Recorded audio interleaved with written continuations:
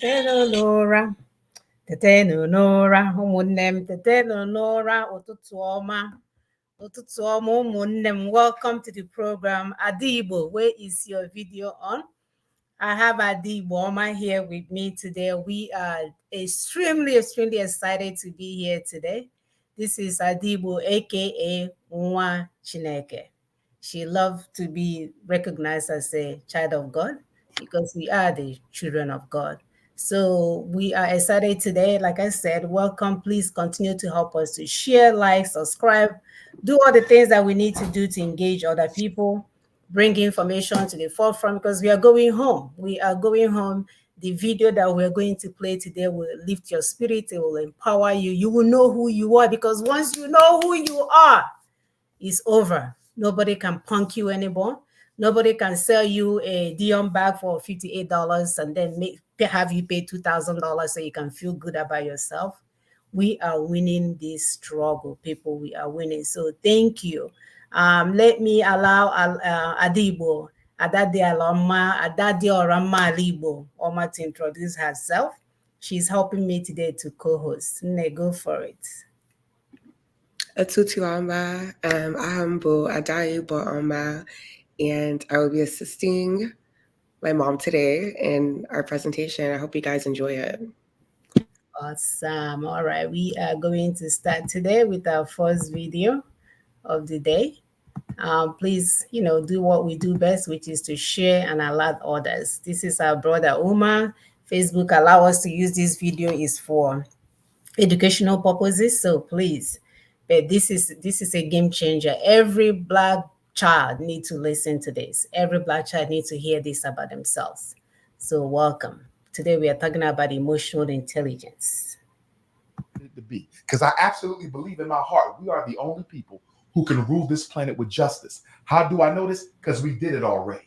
When ancient Kemet ruled this earth, when the Nile Valley cultures of East Africa ruled this earth, we did it with justice. The Greeks and the Romans came to Africa begging to learn, begging to study, begging to sit at the feet of our kings and queens and scholars and priests. You understand? We ran the world with justice. White man can't run the world with justice. He runs it with brutality. The Chinese ain't gonna be able to run the world with justice. He's gonna run the world with brutality. The Arab can't run the world with justice. He's gonna run the world with brutality. The only people who can rule this planet in righteousness is the black man and black woman. The point that I'm making, if the black church is too insecure, too afraid, or too unconcerned about marrying divinity to blackness, then the black church is useless. Because if you want to kick off the slave energy that every black boy and girl in America has, if you want to rip out that servitude that is so deeply planted and ingrained in the unconscious of black people, you have to marry blackness to divinity. You got to teach those boys you are God.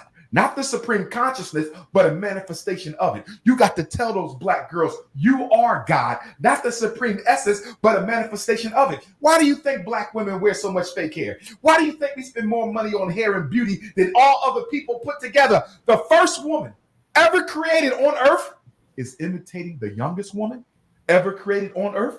And you're spending $30 billion and catching cancer and fibroid tumors just to look like a European. You know why? Because the black church separated blackness from divinity. Blackness is divinity. And until the black church marries blackness back to divinity, we'll never go back to being the gods and goddesses we were intended to be. Man. Woo! Well, brother, you can say that again. You can say that again, that we must marry our children back to divinity so they will know who they are. I am putting up the next video. Please continue to help us to share.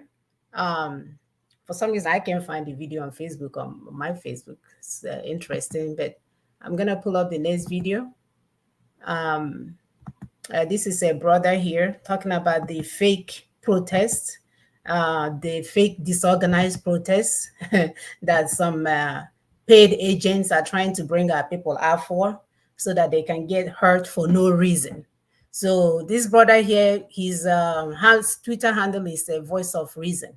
So perhaps we can listen to him and get some reason out of what he's saying because it makes a whole lot of sense. So as we play the video, please continue to help us to share and like and subscribe. Thank you. Hello, everyone. I want to quickly talk to you about this coming protest, which is scheduled for 29th of July to 1st of August. I'm a bit concerned, and that's why I'm coming to do this video, because of the nature of things on ground. Quite all right, the government is already afraid. Tinubu, the Senate, everybody, House of Rep, they are afraid. Of course, when the owners of the land speak, their employees, which is the government, listens. That's how it's done. I appreciate the courage of Nigerians to come up at this time. It's something we've been waiting for quite some time. But my concern here is I don't see enough organization. I don't see that we are organized enough to take this protest to a place where it can generate results.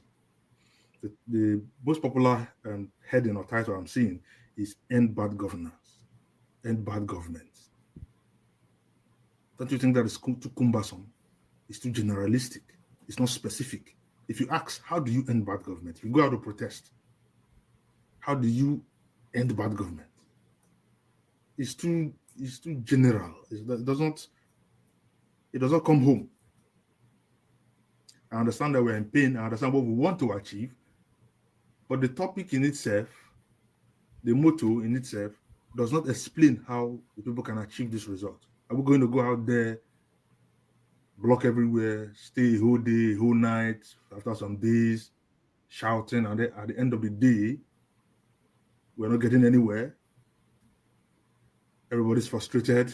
The government roll out arms, and then it escalates from there, and maybe the people cannot take it anymore. It becomes into something else, as we're seeing in Kenya today. We need a concrete plan. I agree that we need to end bad government.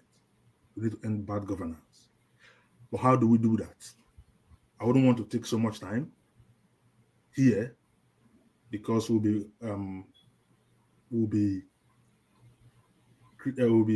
addressing this topic in extensively this coming Saturday, next week Saturday.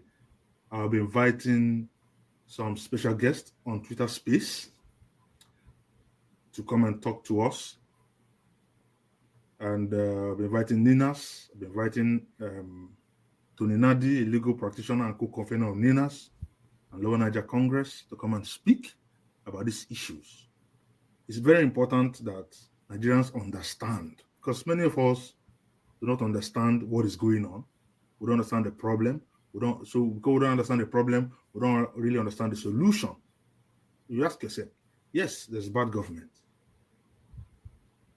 There are bad leaders. There's corruption in Nigeria. But is that the major issue in Nigeria? Ask yourself, what is responsible for bad governance? What is responsible for bad leaders, leadership failure, and corruption? So there's something responsible for it. There's something enabling it. That's what we're talking about this Saturday.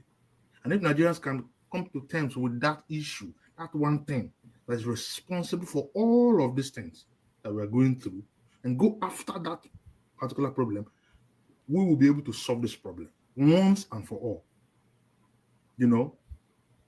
At some point, some people were fighting me on Twitter because I said, why not go for the big fish instead of going after, what were they trying? They were trying to go after EFCCs, NDFCC. And I was like, you've done this with NSAS before. It didn't solve police brutality.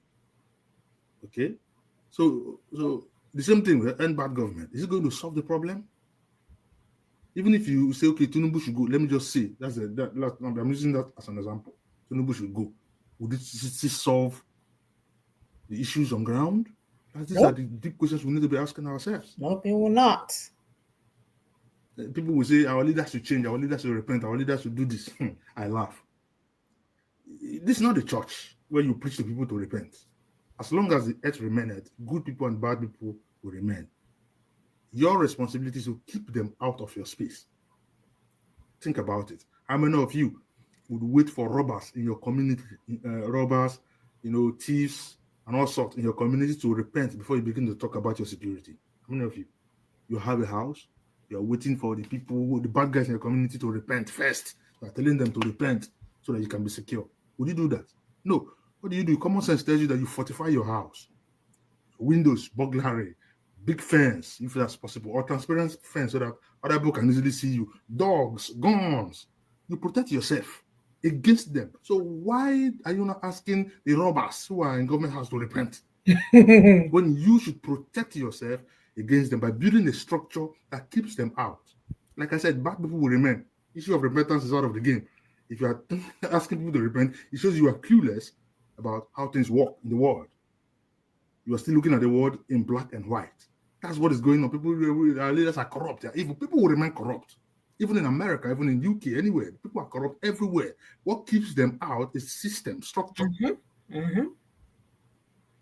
What keeps the robber out of your house is the structures you set up, the fencing, the security dogs, the guns you have, your burglary, your electric fence. These are structures you have set up to secure your house. Then why don't you have a structure to secure your country?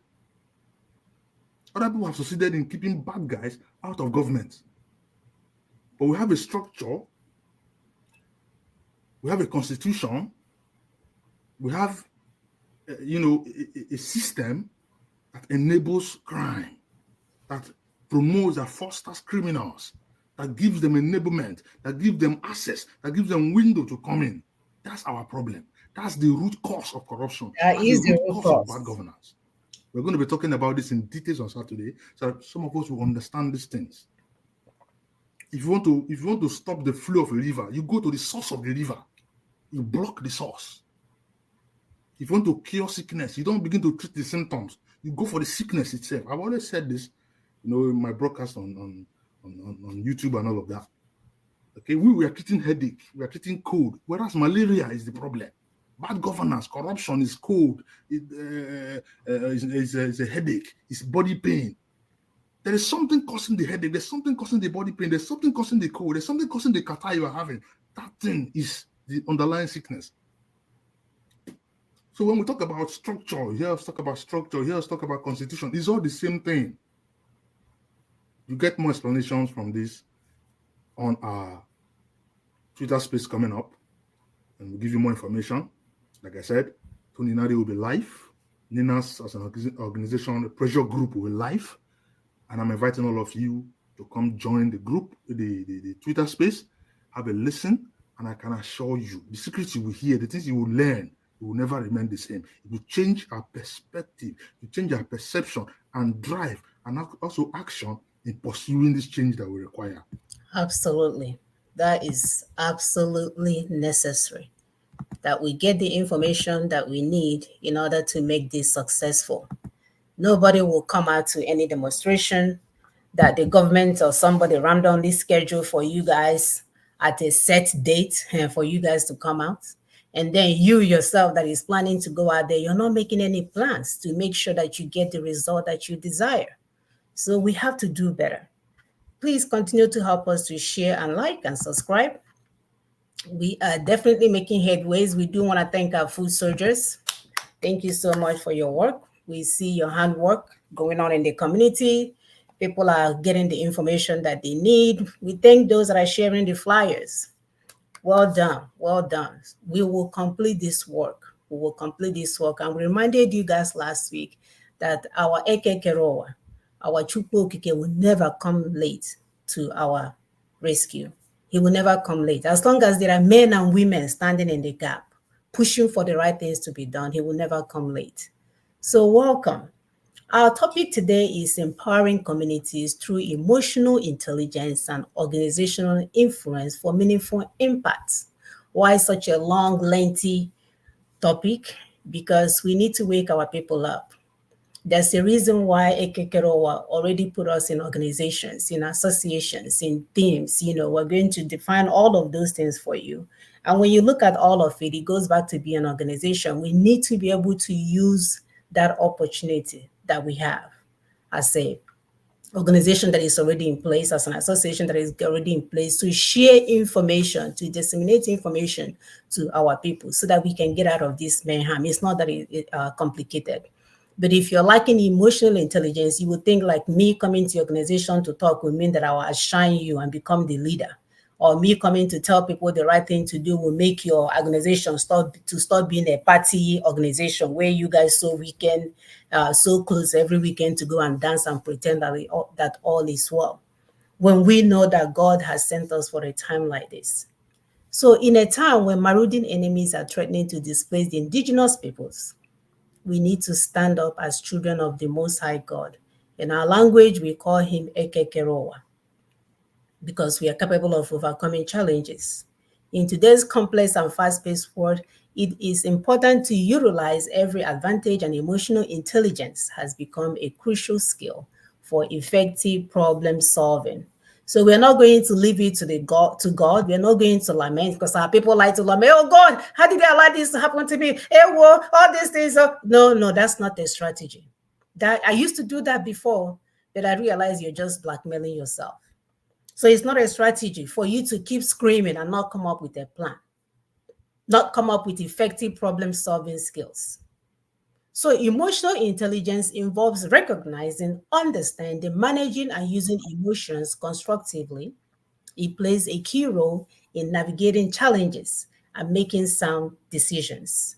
When individuals use emotional intelligence, they can approach problems with empathy, creativity, and resilience, leading to more innovation and sustainable solutions in our community and organizations. Organizations with their vast resources and influence have the power to make a meaningful impact in their communities. By promoting an environment that values emotional intelligence, organizations can improve their internal problem-solving abilities and extend their positive influence externally. Mind you, nobody should be having any organization just for you to go and party. You should be solving a social problem. Through strategic initiatives, community engagement, and partnership, organizations can address pressing social issues, bridge gaps, and drive change, especially in a time like this for someone like us, what we are going through. So you can't sit here in Houston, be doing annual gala, raising money to go and buy pencil to give to the children in the village when there is no teacher. You can't sit here in Houston in summer, pretend like you guys are doing something. You fly from Houston to Oklahoma to go for the annual convention so you can buy chalk for the classroom when there is no classrooms. That's not being strategic. So through strategic initiatives, community engagement and partnership, organizations can address pressing issues, bridge gaps, and drive change, meaningful change. The combination of emotionally intelligent problem solving and organizational outreach can create a ripple effect, nurturing healthier, more resilient communities, something that we are in dire need of at this time.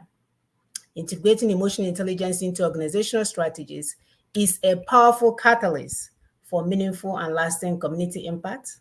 We must eliminate mediocrity within our organizations because we have them. There's a reason why our forefathers taught us about gathering together. There's a reason for it. It's not for you to go and sew clothes. It's not for you to have your wedding anniversary only. It's not for you to have your children weddings only. It's for you to solve a social problem. So we must eliminate mediocrity within our organization and make every effort count. Our action today will shape the future for the generations to come. It's not a mission for few, but a collective one at that. We must stand firm, lead with intelligence and compassion, and create a legacy of strength and resilience for our children. And NINAS is at the forefront for all of this. As a unit, we must join NINAS for transition now, as our future depends on what we do at this particular moment. So you are not allowed to watch the show and pretend like you didn't learn anything. You are supposed to use what is discussed today to share amongst yourself, to go back and do your own research so that you'll be able to do better. We need people to do better. We need people to do better. So I will pull up the PowerPoint for the day so that we can continue with this enlightenment. Please continue to help us to share as usual. You know, they are doing their thing, blocking, because when they hear Black people talking about emotional intelligence, we're not supposed to be intelligent. We're supposed to be the caricature of the world, where they will show us on evening news, dragging underwear, dragging pants, stealing $1, getting shot for 50 cents. Those are the times they will profile what we're doing. But when we are trying to change the mindset of our people, you will see them at it, doing their blockages. But we must continue. So our topic goes today, emotional intelligence and problem solving. What are we talking about today? Emotional intelligence and problem solving. In our objectives, we are going to look at how we can enhance emotional intelligence. We are going to look at how we can strengthen organizational impact on community well-being, because it's not, like I said, it's not buying a pencil or chalk for children that don't have a classroom or don't have a teacher. It's not you living in the US, lying to yourself, making money for the Indian hotels. You guys gather somewhere in another city, pretend like you're raising money, and you raise money to go and build a hospital that is not sustainable. We are telling you there is something underlying, there is a structural damage, and you guys want to paint over it with lipstick and cutters and nice perfume so that it will smell good. If you are in any organization, your main motto at this point, or your main mission at this point, is to find out what is the underlying issues that we have that is making all the efforts that we are putting it into that space called Nigeria not working. Why? Why is it that a lot of us have lost our retirement? Some people sold everything. Some people brought money to start a business. They did everything. Every time you bring something, there's a huge aching job and out there that will swallow everything. Please continue to help us to share. And we're saying that we need to do better. We need to elevate our emotional intelligence so that we'll be able to hone in on the things that is going on to bring a sustainable solution. Of course, we cannot move forward without reminding ourselves that we live in Osman Danfodio estate where they will ruthlessly prevent a change of power, where they will use minorities of the North as the willing tools and the South as a conquered territory, and they will never allow us to rule over them, and they will never allow us to have control over our future. What a demonic assertion. They don't want us to rule over them, and then they turn around, they say they will never allow us to have control over our own future. We are declaring and denying this nonsense. And we want to also bring up the alert that we brought you guys last week about Tinubu and Co. and his cronies, how they want to help the Fulanis with their conquest agenda. We're still standing on that. So for those of you sleeping, for those of you thinking this is where it's a popularity contest, no, it's not. We're here to educate you. We're here to engage you. We're here to enlighten you, because we need to move. We need to move. Something is not right, because the more we sleep, we cannot turn around and start crying to God and want to blackmail him. That's not going to work. He will sit there. They will come and collect you and your brothers for another 500 rounds of slavery. And God will not do finch, because he has information out there for you to do what you're supposed to do in order to get out of this mayhem that we find ourselves in. So if you think you can manipulate him with your crying, with your lamentation, with your, oh my God, no, that's not going to work. He needs you to be engaged. I will allow Adibo to continue because she loved this side of our thing. We wanted to bring this up where we want to remind our brothers and sisters who we are on a daily basis.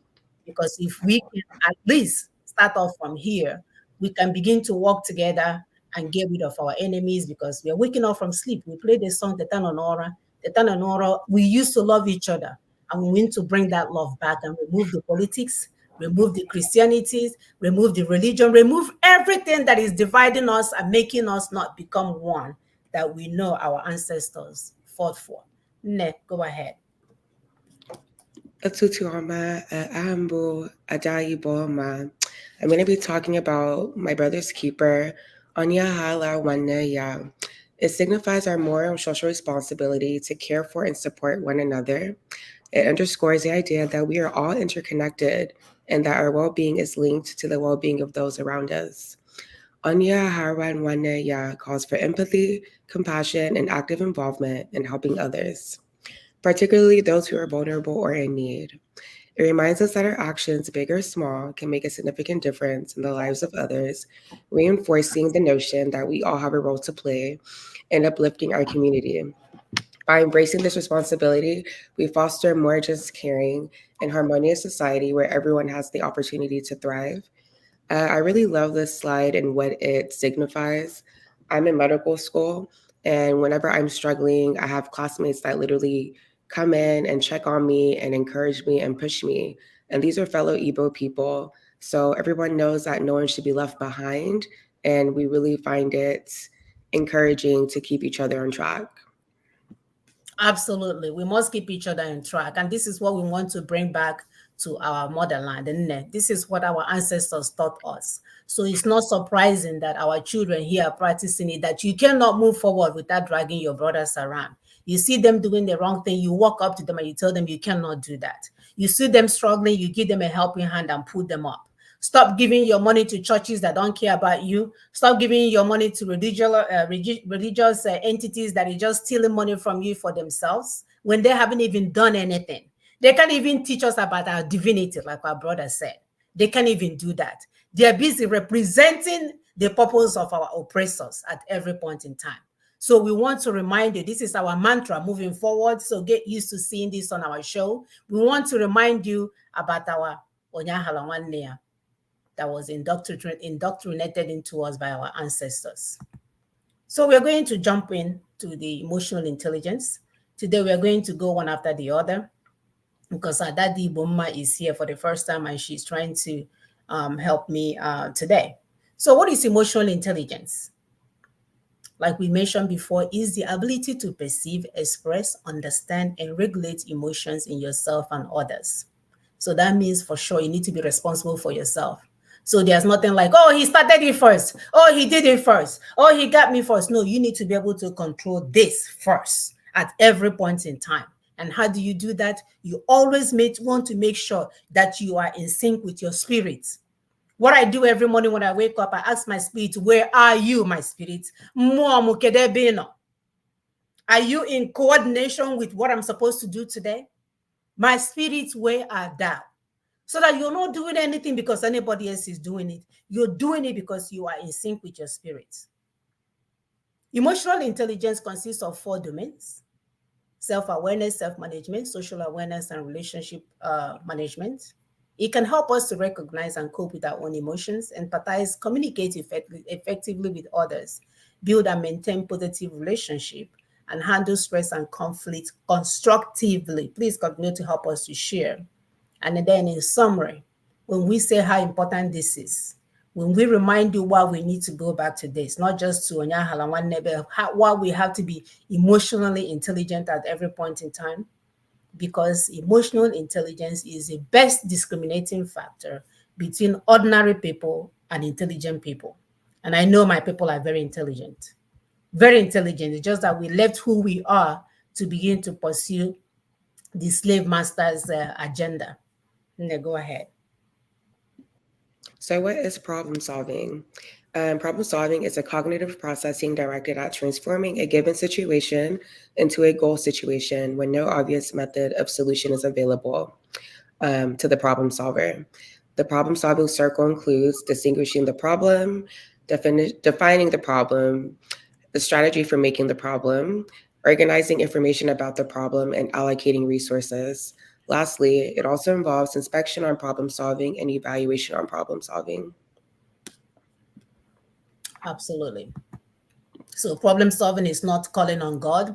Problem solving is not shouting. It's not waking up in the middle of the night and go ba ba ba ba ba ba ba ba ba ba ba ba ba, your enemy die and then more die. This one die. No, no, no. It's you saying, here is the problem that I have. What is the one singular thing that I can do to begin to solve this problem? We gave you guys the lines of things you need to do when it comes to problem solving, that we must distinguish the problem, define the problem, and come up with strategy organized, like she said. So it's not okay for anyone to call on the Lord or be calling on your mother-in-law or your brother-in-law. Oh, he already my destiny. They have closed down my destiny. Nobody closed down your destiny. It's the system that is not working. So why is emotional intelligence important for problem solving? Problem solving is not only cognitive skill, like she mentioned earlier, but it's also an emotional one. Emotion can affect how you define, analyze, generate, and implement solutions. It can help you to manage your emotions and use them to your advantage in problem solving. For instance, if you're angry and anxious, you may find it difficult to see information from a clear standpoint. But if you're calm and confident and curious, you will have a broader or flexible perspective on what is going on. Unlike when you're angry. When you're angry, your everything is focused at that moment and you struggle with things. So we must use self-awareness to identify and acknowledge our emotions and their triggers. We must use self-management to regulate and channel our emotion into positive actions, social awareness to understand and respect emotions, to influence and cooperate with others towards common goal. And there's a reason why right now we have a common goal. What is our common goal? We want transition now in Nigeria. Nigeria is not working. Nigeria, as it currently consisted, is not helping anyone. All people do is lament in their bedroom. You make a tap was somebody on a phone. You call somebody on the phone. The first say, "Oh yeah, something happened." No. Oh yeah, this one. Yeah, dollar is this. What? And what? And we're telling you guys there's a template already on the table to navigate through these problems. But none of you want to go and look at it. None of you want to examine it. None of you want to even ask questions about it. Because you think you can manipulate God into doing miracle for you while you're working your 12-hour shift, and then somebody else will go and solve the problem for you. Now go ahead. Okay, so how can emotional intelligence improve communication and problem solving? Communication is essential for problem solving as it allows you to share information, ideas, opinions, and feedbacks with others. However, communication can be difficult due to different styles, preferences, expectations, and assumptions. Emotional intelligence can help you to improve communication and problem solving by enabling you to listen attentively and actively without judgment or interruption. Emotional intelligence allows one to express yourself clearly and respectfully with the right verbal and nonverbal cues and ask open-ended questions to gain more information and insight from others. Acknowledge and appreciate the contributions of others while celebrating the successes and learnings of problem-solving process. Absolutely. And that's important, right? Because people, we like in Igbo language, they will say kenes and come and mekwa. It's very, very important to recognize people for the good work they have done. And it's also very important not to, for you to think that you and your brother is in competition. We are not in competition. And even if you are, let the best win. And then we give the best a handshake. So how can emotional intelligence improve collaboration and problem solving? There's a reason why we are talking about collaboration. Once again, we are telling you guys that it's a template on the table to get us out of the mayhem that we find ourselves in Nigeria, but nobody wants to look at it. Yet we have all these educated people with their doctorate. Instead of using their doctorate to improve the environment, they are using their degrees to intimidate their brothers and sisters. Do you know who I am? I can't get up until you call me Dr. This. I am Dr. That. People that didn't even get degree will go and buy one so you can lie and say you have an honorary PhD degrees, as if degree will put food on the table, as if all these degrees will solve the problem. And we're saying that if you are so-called educated, if you are so-called enlightened, if you are so-called up there, no more here, please use your gift to improve your people. Use your gift to uplift your environment. Use your gift to engage your people. Do not use it to intimidate our people. So how can emotional intelligence improve collaboration and problem solving? Let's start with definition first. Collaboration is the ability to work together towards a shared vision, goal, or solution, bringing together diverse perspectives, skills, experience, and resources. However, it can also pose challenges such as conflicts and misunderstanding, but it doesn't have to be if we are all on the same page. Emotional intelligence can help us improve collaboration so that we are not fighting each other, especially when it comes to problem solving, by enabling us to establish trust and rapport with the process, or trust and rapport with others, align and communicate the purpose of the problem solving process. It allows us to facilitate participation from all team members, manage and resolve conflicts constructively, and adapt and compromise when necessary. All these things are necessary, right? And that's why in our place, before the colonial masters or monsters came to destroy what we have, brothers and sisters, someone that used to be together, and they come up together to solve any community problems. They are not there to now. I don't know what they're doing now, but what our ancestors left for us. They are not there to use it for politicking. They are not there to use it to elevate themselves. They are not there to use it to connect with the government of the day while they sell out their brothers and sisters. by showing genuine interest, respect, and empathy for other, clarifying roles, responsibilities, and expectation. We must value diversity, focusing on issues rather than personalities, and being flexible, open-minded when considering different options. It can also, all of this can also help us to make collaboration successful because we need to collaborate.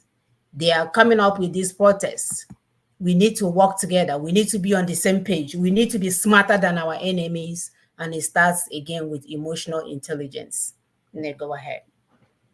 So, how can emotional intelligence improve creativity and problem solving? Creativity is the ability to generate novel, useful, and relevant solutions to a problem. It can expand the range of possibilities, overcome obstacles, and find new opportunities. However, creativity can be hindered by fear of failure, criticism or rejection, lack of motivation, or mental blocks. Emotional intelligence can help you to improve creativity in problem solving by stimulating and inspiring your own and others' curiosity, imagination, and enthusiasm for the process. It can also help you to overcome and learn from failures, mistakes, and setbacks. Moreover, being open to different options, perspectives, and experiences can help you seek and embrace constructive feedback from others. Finally, supporting and encouraging the creativity of others by providing recognition and affirmation for their ideas can create a safe environment for them to express themselves. Absolutely. Absolutely. That's definitely important in our community as we speak. So, how can emotional intelligence improve resilience in problem solving? If you look at this whole thing, we are talking about emotional intelligence, problem solving. What is the problem? Nigeria is not working for us. We need to move forward. Why do we need emotional intelligence? We need to understand and be able to control our emotions before we engage our enemies so that they don't sidewipe us. So we don't go in there thinking we got it together. One statement, we'll lose our control and start shouting and screaming. That we must get ourselves more and we must get our more together first so that we will engage our enemies. We will not be frazzled. We will not be confused. We will not be struggling to come up with things to do. So let's look at resilience. It's the ability to cope and bounce back from stress. Oh, I forgot to play one video of a young guy. Yes, talk about bouncing back for stress, adversity, and change, which can improve problem solving by preserving well-being, performance, and optimism. It can also be tested by factors such as pressure, complexity, and ambiguity. Emotional intelligence can help you to increase resilience. So all these things are important. So you see, we talked about problem solving, we talked about resilience, and how all these things are coordinated. So emotional intelligence can help you to increase resilience in problem solving by recognizing and regulating stress levels and signs in yourself and others. It can also help you to develop positive coping strategies such as relaxation, mindfulness to manage negative emotions. And all these things are very important in us being able to defeat our enemy. So why do we need to acquire EI? Hi, okay, so why acquire EI? With emotional intelligence, one can understand that you cannot blackmail God into solving your own problems. He is not coming. When failure or problem occurs, individuals with high emotional intelligence can use stress management skills to form another representation of the problem that can help them acquire insight and solve the problem. In contrast to low emotional intelligence individuals, they tend to use a trial error strategy without considering alternatives in order to achieve the solution. Hence, the enlightenment that comes with developing emotional intelligence skills is crucial for effective problem solving strategies. Understanding the role of emotional intelligence in problem solving informs our approach and enhances our strategies. Definitely, it does enhance our strategies, which we need at this point in time. July 29th is around the corner for the so-called marked demonstration that they want to use to entice our people, and we know nothing is going to come out of it. And we are looking for a change, a sustainable change that can enhance our livelihood, change that can help us to leave a legacy for our children, change that can cause something meaningful to happen in our lives. So we cannot not be again ahead of our enemies, to be able to engage them one-on-one, to know the game they are playing before they even played it, because we got it together up here. We have it together, like Americans would say, we got it up here. so that they are not, they won't come up to us and then we'll lose all control. So it's very, very important. So if you are interested in testing for this emotional intelligence that we're talking about, actually, let me put it on the link. These are the thing, the link where you can get it done. Just to get an idea and see where you are is actually important. I know our people don't like to measure anything. We like to wait on the Lord to do it for us. So when we are good.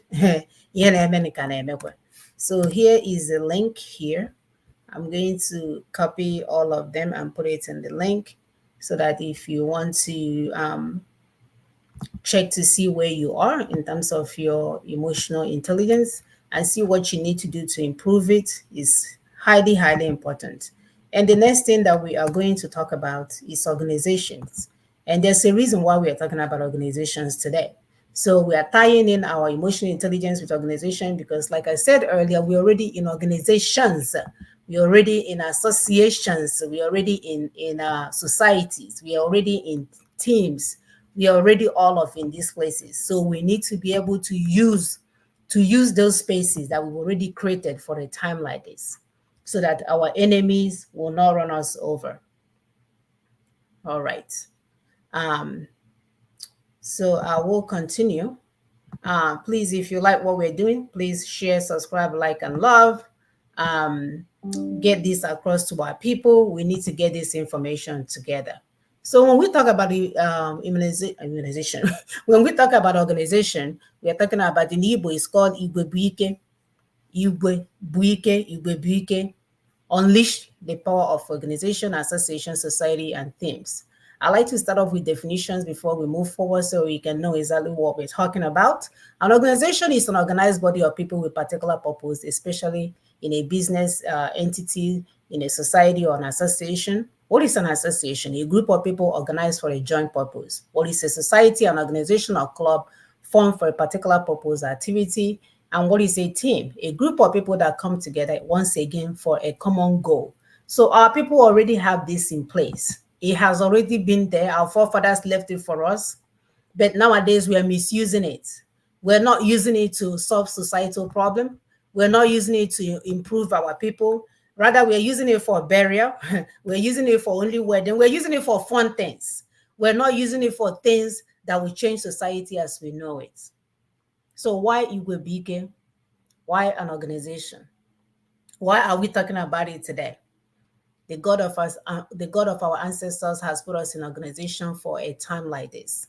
It wasn't an accident. They know that we are going to be organized. We saw our mothers during the Aba Women Riot, how they organized themselves because things weren't working right.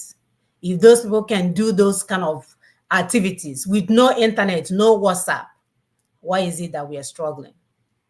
Why an organization? Organizations tend to fulfill our human desires to belong and contribute to something greater than ourselves. It allows us to work on a common goal. It improves our morale and problem-solving abilities. It allows us to learn from others to become better equipped to deal with challenges, complete tasks in a timely manner, and bond with one another by receiving support. What are the negative functions of Igwe? Because right now, that's what we have. We have lots of negative functions of organization. They are not doing anything. They think they are doing something, but what they're doing is not meaningful. Like I said, you can be here doing your 20th anniversary of your national convention to buy a handbag for children that don't have classroom. We cannot be doing it to buy hospitals that is not equipped, to put water or generator in a hospital that doesn't have any equipment. And we're saying that we need to use our organization to bring about a meaningful change. So let's look at the negative functions of Igwe. Currently, there is lack of dedication to meeting performance expectations. They are not, you guys are not doing anything. And I know our people have resorted into, oh yeah, I don't want to, but I'm just joining them to go and have, there is something that is causing you to have the OBO join in the first place. There is something underlying that is causing you to have OBOJO, where you think that every Saturday, Sunday, Monday, you have to run out of your house and go and hang out with your friends in order to have happiness. It's not okay. What are the other functions of Igwe? They are resistant to feedback. Some of them, when you call them, they will never allow you to come and speak to them about what's going on. It's like our church here at Igbo Catholic. You want to tell them about what's going on at home and what we need to do. The father that is in charge will tell you he doesn't do politics, but Sheila Jackson will come there to engage our people. Or the Indian Indian people running for election, because this is how much Black people hate themselves. By the way, you guys need to go and watch the video on by Dr. Uma on how safe hate. You guys don't even know when you practice it. You allow an Indian person to come to your church and talk to you. Go to Indian church and try to talk to them and see if they'll allow you to go in there. You allow people that will say, oh, I've been in Ibadan. I walked the street of Ibadan, and they are part of a district here in Houston, and nothing has changed for those people, but you guys will allow her to come and campaign in your church. So when you go to tell them that this is not right, this is our people, we are contributing money in this church, this is what we're supposed to be doing, they will tell you, oh, we don't do politics. Let's continue to pray for the white Jesus. There is the refusal to adapt to change. They don't want to accept your accountability. They lack transparency and trust. Everything they have their own group. When it's time for their own group, they will make it look good. If you're not part of their clique, they will cut you off. There's arrogance, hostility, and aggressiveness. They blame others for their failure. They are disorganized. They have inability to read into the future. That we're telling you, fine, you've been partying with your organization for the past 30 years, and we're telling you now there's something going on. You cannot be using your organization for party anymore. You need to use it maybe for party and then use it to make a social change. And people are not understanding it. We are using organizational power to attend mediocrity. Nothing is happening. We are just lying to ourselves, sewing new uniforms and putting ourselves on social media. So what are the things we can do to improve BK organizations? We must understand we must understand why we already organize. Like I said, this is something that our forefathers left for us in order for us to do good. This is something that our ancestors left for us in order for us to solve societal problem, not for you to sew uniforms. It's also important to understand and recognize that not everybody can lead, no matter how they start. No matter their titles, their degrees, their everything else, it doesn't mean they can lead. If they are not leading you guys to solve problems, yes, they are not leading anything. A lot of these people can't even manage a wife and 2 kids. They are living like roommates with their wives. The wife have a freezer in the garage locked up. They're on the other side of the house with their whatever. They don't even live together, but they want to come and lead organizations. Other things we can do is to define and be clear with our goals, setting only attainable ones. We must be authentic in pursuing our purpose. We must encourage transparency so we can build accountability and allow people to challenge whatever we are doing. So if you have been doing something all these years, you've been allowing Sheila Jackson to come and campaign, you've been allowing Indian politicians to come and campaign. When I want to come and talk to my people about what is plaguing Igbo land, they will tell me, oh, I don't want to be politicking. And we're telling you that you must be able to look into the future.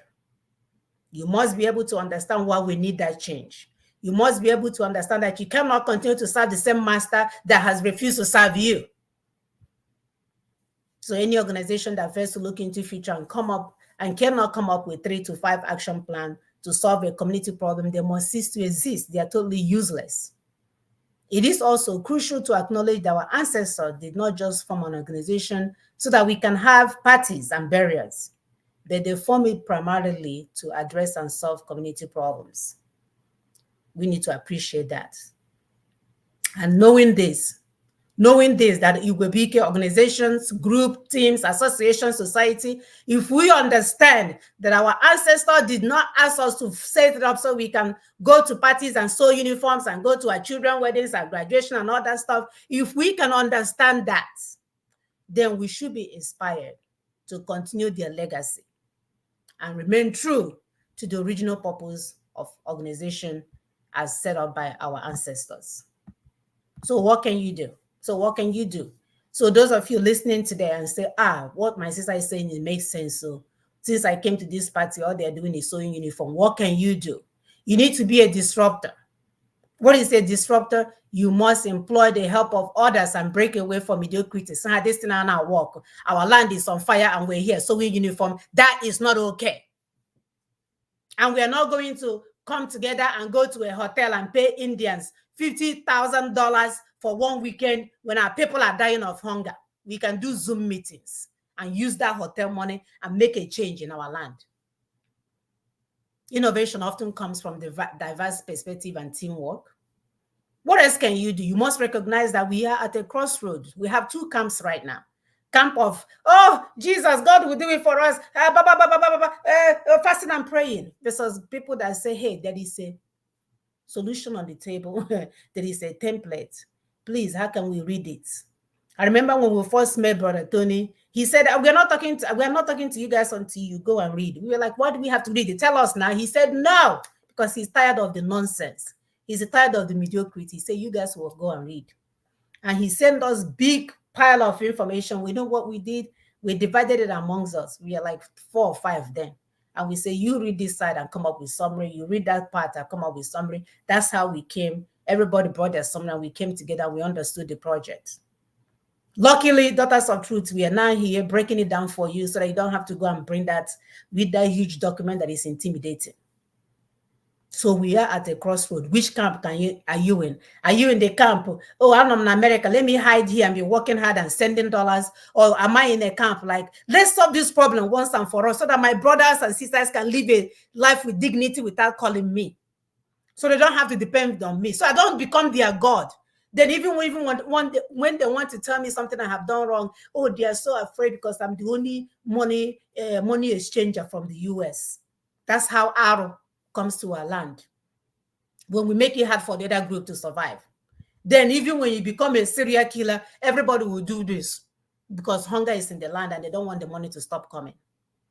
So we are at a crossroad. What else can we do? We must enhance problem solving and emotional intelligence level. We must. What do? We actively work on improving it. We're giving you guys a link for you to go and check, see where you are so you can begin to bring your numbers up.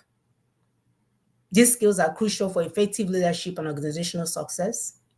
We must reject passivity. This, oh, Obasam, God will do it for us. Trouble. I don't even do politics. All I do is read my Bible and praise God. You're a coward. You're a coward. You're a criminal in short. Calling you a coward is being that you're a criminal. If you are here opening up your legs and popping at children and you're not trying to solve problems and help them solve problem that is coming for them, you're a coward. Hiding behind, oh, I don't know what to do. I'm waiting for God to come and do it for us. God will do it for us. God is not coming. He will never come. His word without end. Get it through your thick head. His word without end, he's not coming. Understand that waiting for change without taking action is futile. What else can you do? You must engage with Ninas. The template is on the table. I'm not hiding one under my armpits and under my private parts. It's out there in the open for you to go and read and understand. Because if you go out to a demonstration with no plan, like you guys do, people grow up when you look at the English words they use to describe things there, you'll be thinking, wow, these people are well read. Only for you to see that they are hollow brain. There's nothing in the brain, only Akam, nothing. You must engage with Ninas, explore and ask questions.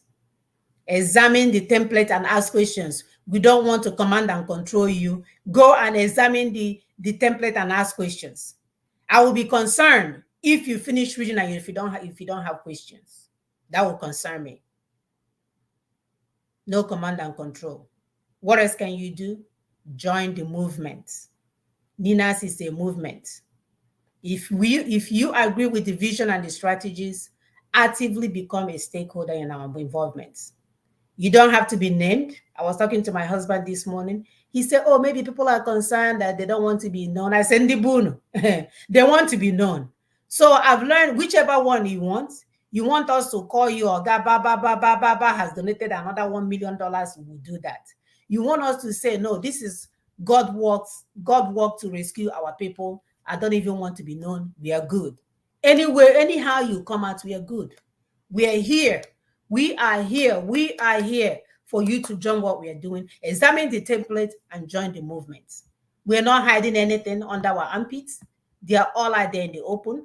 And I'm pulling up the next slide, which says, have you learned anything today? If you have, please put it in the comments. We're insisting on transition now. Transition now is our take-home point. Transition now. We cannot continue to live in a place that is not working. We cannot continue. I called somebody this past week, and dollar now is $1,556. A dollar is 1,556 naira. That's not okay.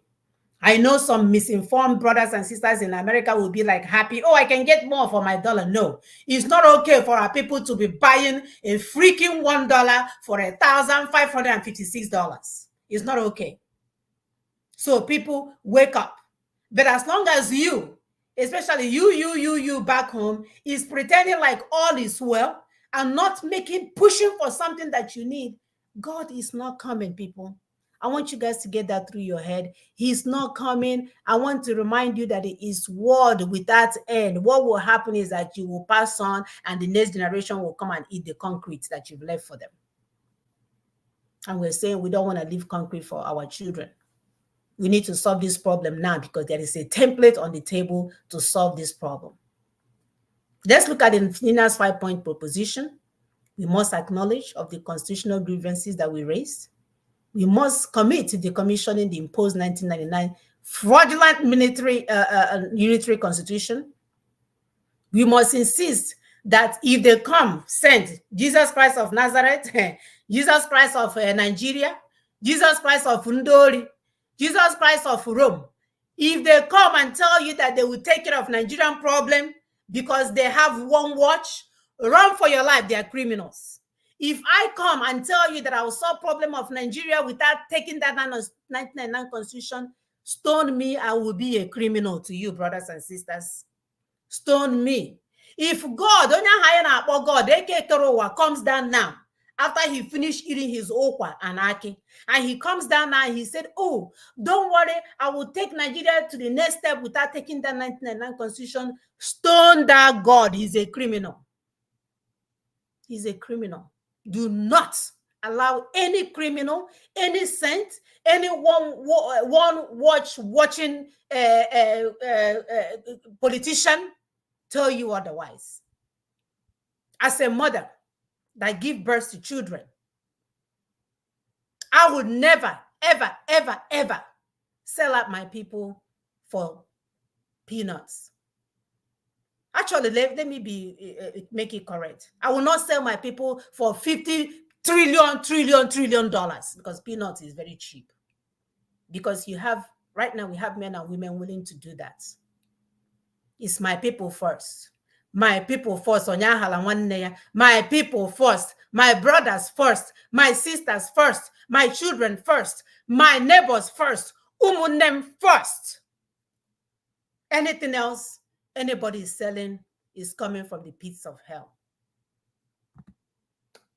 Continue to share, subscribe, like, and love. If you want more information on Nina's, is here. If you want to join what we're doing, call these numbers. See how you can help. You can help by bringing money.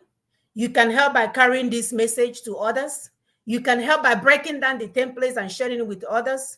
You can engage people in your organizations. We named all of them: organizations, society, teams, organization, association, Hanile, Boys Association, all of them. You can engage all of them so that we can go home. I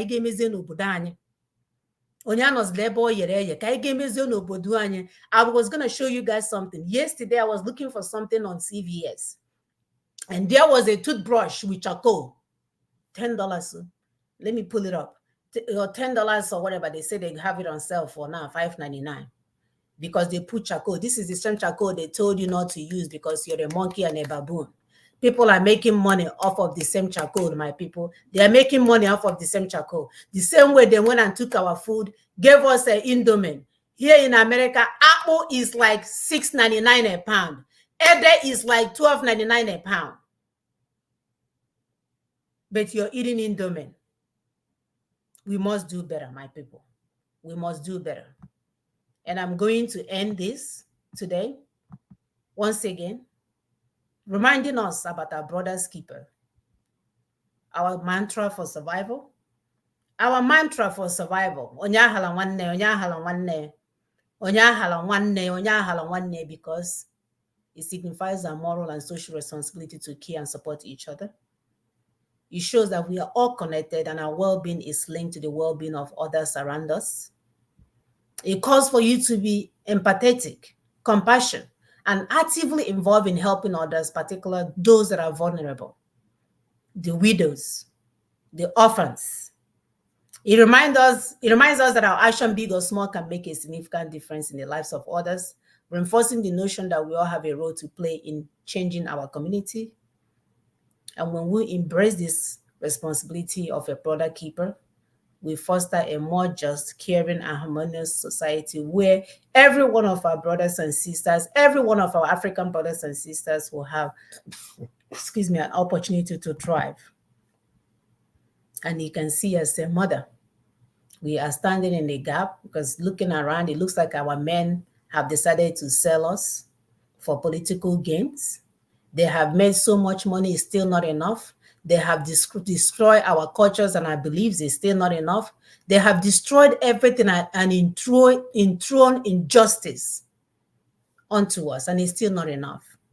And they are willing to allow Fulani conquest agenda to continue. So as mothers, we are standing in the gap so that our children will have a fighting chance at a better future. So to conclude today, I wanted to show you guys this video of encouragement that nothing is too late. We are not here to make anybody feel bad. If you have done bad in the past, it's an opportunity for you to do better, for you to say, hey, I didn't do well, but now I need to do better. I need to wake up. I cannot continue to do the same thing that I was doing before. So look at this brother. This thing has gone viral. It's very touching. That someone with no hands, no legs, nothing, he's here pulling the weight. He's like, I have to survive, even when I wasn't meant to survive.